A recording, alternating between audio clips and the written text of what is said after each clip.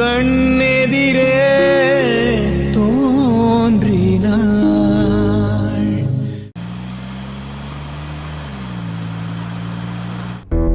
உங்க நல்ல மனசுக்கு உங்களுக்கு எல்லாமே சாதகமா தான் நடக்கும். என்ன சக்தி சொல்ற? எனக்கு என்ன சாதகமா நடக்குது? புரியலையா சார்? இல்ல புரிஞ்சும் புரியாத மாதிரி என்கிட்டயே நடிக்கிறீங்களா? சரி, நானே சொல்றேன். ஊருக்கு முன்னால என் பாட்டியோட தாலிய என் கழுத்துல நீங்க கட்டணும்னு என் தாத்தாவும் ஜோசியர் நேரம் சரியில்லைன்னு சொன்னார்னு வேண்டான்னு சொல்லிட்டாரு. அதை விட நீங்க நல்லவர்னு புரிஞ்சுக்கிட்டு உங்களோட என்னை அனுப்பி வைக்க ஒரு நாள் லேட் ஆயிருந்தா கூட நாளைக்கு கோர்ட்ல நம்ம டிவோர்ஸ் கேஸ் நடந்திருக்காது. இன்னும் 3 மாசம் தள்ளி போயிருக்கோம். அதனாலதான் உங்க நல்ல மனசுக்கு எல்லாம் நல்லபடியா நடக்கும்னு சொன்னேன்.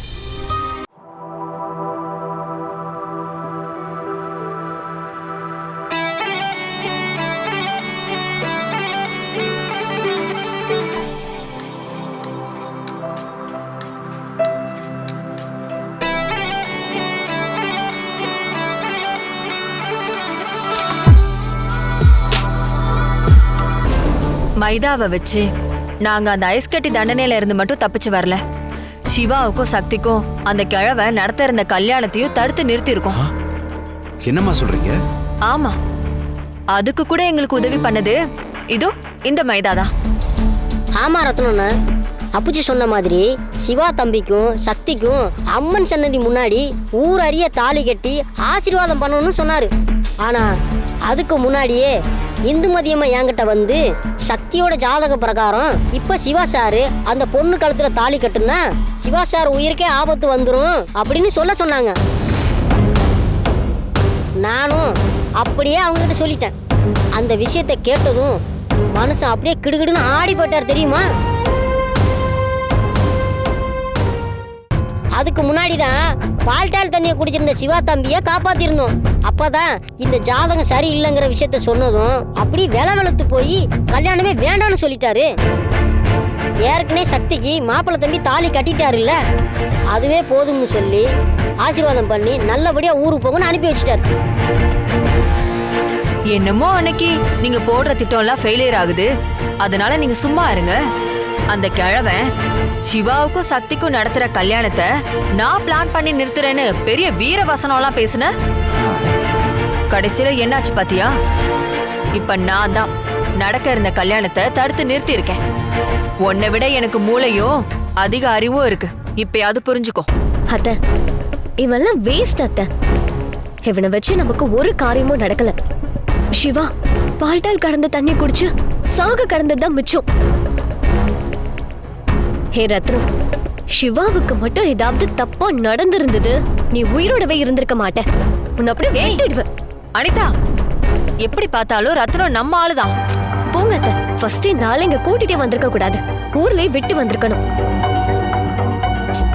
சரி விடு அனிதா, இந்த ஊருக்கு வழிகாட்டுறதுக்கு தானே கூட்டிட்டு வந்தோம். நம்ம வந்த காரியம் நல்லபடியா முடிஞ்சிருச்சுல்ல, அத நினைச்சு சந்தோஷப்பட்டுக்க வேண்டியதான். மைதா, நீ மட்டும் இந்த உதவியை செய்யலனா உங்க அப்புச்சி என்ன நினைச்சாரோ அதான் நடந்திருக்கும். எங்களுக்காக இவ்வளவு வருஷமா விசுவாசமா இருந்த உங்க அப்புச்சிக்கே நீ குழி பறிச்சிருக்க. உன்ன மாதிரி ஆளுங்களை தான் எனக்கு ரொம்ப பிடிக்கும். அனிதா, மைதாக்கு நாம பேசின பணத்தை எடுத்துக்கொடு. சரிங்க அத்தை. குடு. ரொம்ப நன்றிமா.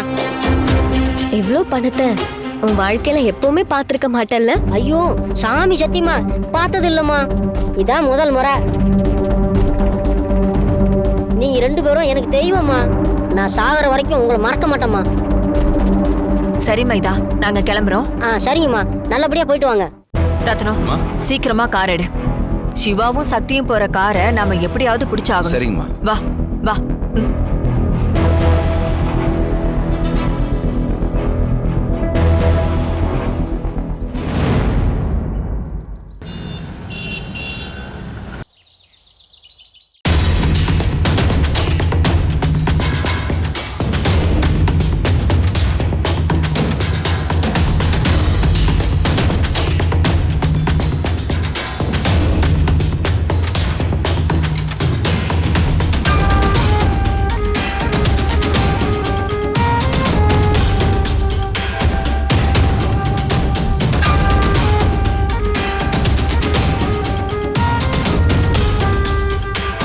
வா சக்தி. அம்மா என்ன மன்னிச்சிருங்கம்மா. ஏய் சக்தி, என்ன இது?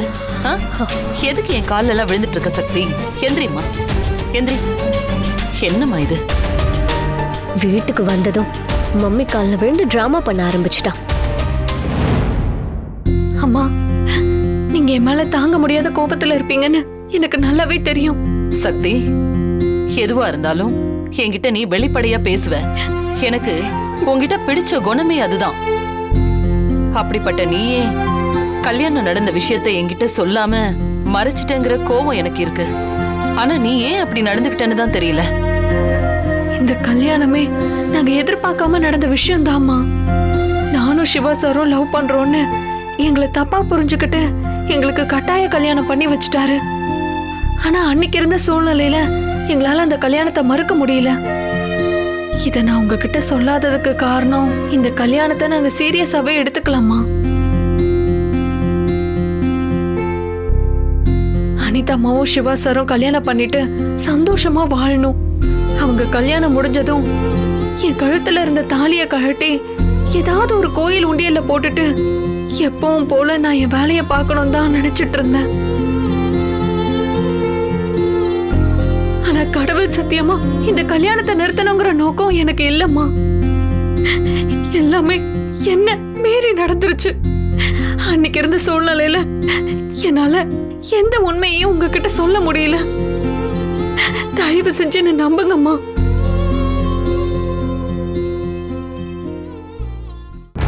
மம்மி என்ன மம்மி இதெல்லாம்? அவ அப்படியே அழுது டிராமா பண்ணிட்டு இருக்கா. நீங்களும் அதை உண்மை நம்பி அப்படியே மெல்ட் ஆயிட்டு இருக்கீங்க. அனிதா, இப்ப எதுக்கு கோவப்படுற? எப்படி மம்மி கோவப்படாம இருக்க முடியும்? அவ கொஞ்சம் அழுத உடனே அவளை அப்படியே நல்லவ மாதிரி பாக்குறீங்க. அனிதா, நீங்க சும்மா இருங்க மம்மி. ஹே, இந்நேரம் எனக்கும் சிவாவுக்கும் கல்யாணமே நடந்து முடிஞ்சிருக்கும். அன்னைக்கு கரெக்டா உன் மாமாவை வச்சு பிளான் பண்ணி என் கல்யாணத்தை நிறுத்தி என் வாழ்க்கையை குட்டிச்சுவர ஆக்கிட்டல்ல. இப்போ அப்படியே அழுது டிராமா பண்ணிட்டு இருக்கியா? உன்னெல்லாம் அப்படியே கொல்ல நொண்டி.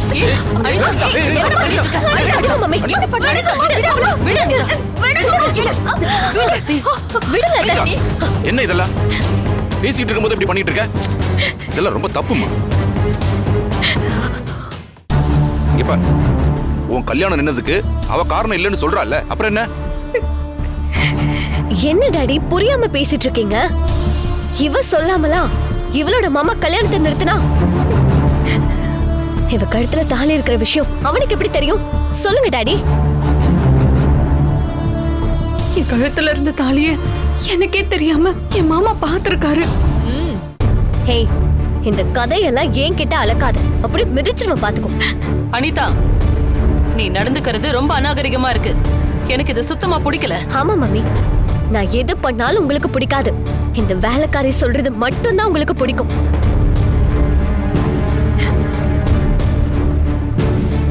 அவ மேல இருக்கிற பாசத்துல அவ எனக்கு பண்ண கெடுதல் எல்லாமே உங்களுக்கு மறந்துருச்சுல்ல.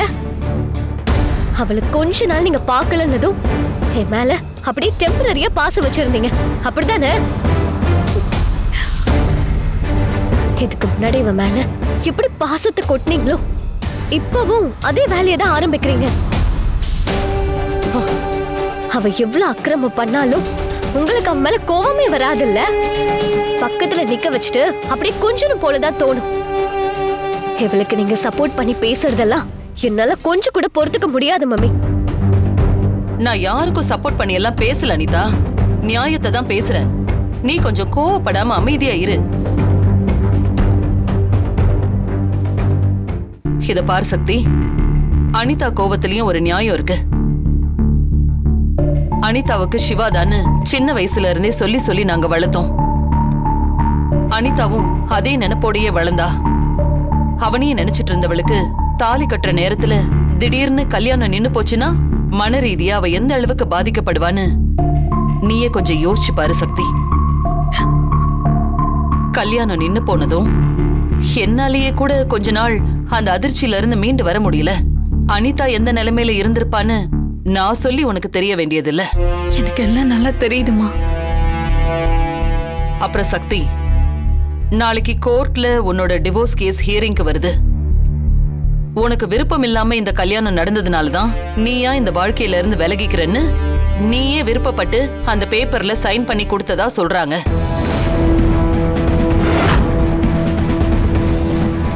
பதினெட்டு வயசுக்கு மேல உன் வாழ்க்கைக்கு எது வேணும் எது வேணான்னு முடிவெடுக்கிற அதிகாரம் உனக்கு உண்டு. உன்கிட்ட நான் கேட்க விரும்புறது ஒரே ஒரு விஷயம்தான்.